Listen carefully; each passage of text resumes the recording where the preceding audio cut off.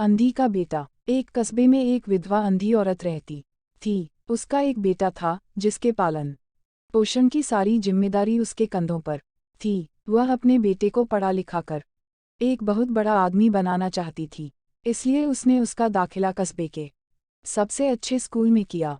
वह दिन रात मेहनत करती ताकि बेटे की स्कूल की फीस दे सके। लड़के के स्कूल के बच्चे उसकी माँ के बारे में जानते थे। वे सब उसे अंधी का बेटा कहकर चिढ़ाते थे। लड़का इससे बहुत परेशान था। उसे अपनी माँ पर शर्म आने लगी थी। वह उसके साथ कहीं भी आने जाने से कतराने लगा था। जब लड़का बड़ा हुआ तो उसकी शहर में अच्छी नौकरी लग गई। उसने अपनी माँ से वादा किया कि शहर में मकान लेकर वह उसे लेने आएगा। लेकिन वह शहर गया तो फिर लौटकर वापस नहीं आया। उसकी अंधी माँ उसका इंतज़ार करती रह गई। कई महीने बीत गए, लड़के की कोई खबर नहीं आई।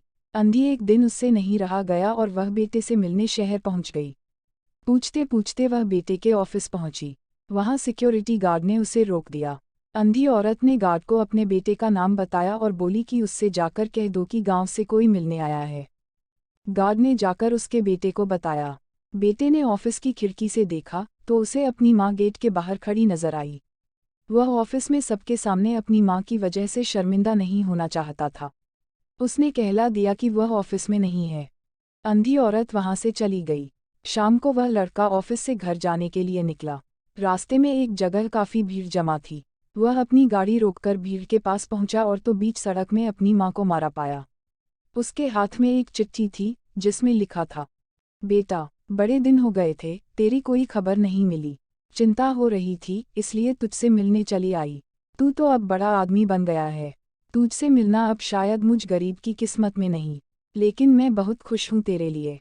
तूने अपना ही नहीं मेरा सपना भी पूरा किया। मलाल है कि तेरी तरक्की देख नहीं सकती। काश बचपन में तेरी आंखों में सरिया न घुसा होता और मुझे तुम्हें अपनी आंखें न देनी पड़ी होती, तो तेरी तरक्की अपनी आंखों से देखकर सुकून से मरती। तेरी अंधी माँ। ये पढ़कर लड़का फूट फूट कर रोने लगा। जिस अंधी माँ पर उसे शर्म आती थी, उसने उसके लिए कितना बड़ा बलिदान किया था। वह आत्मग्लानि से भर उठा और जिंदगी भर खुद को माफ नहीं कर पाया। सीख। दोस्तों, माता पिता अपने बच्चों के लिए अपना सर्वस्व निछावर कर देते हैं। उनका हमेशा सम्मान करना चाहिए।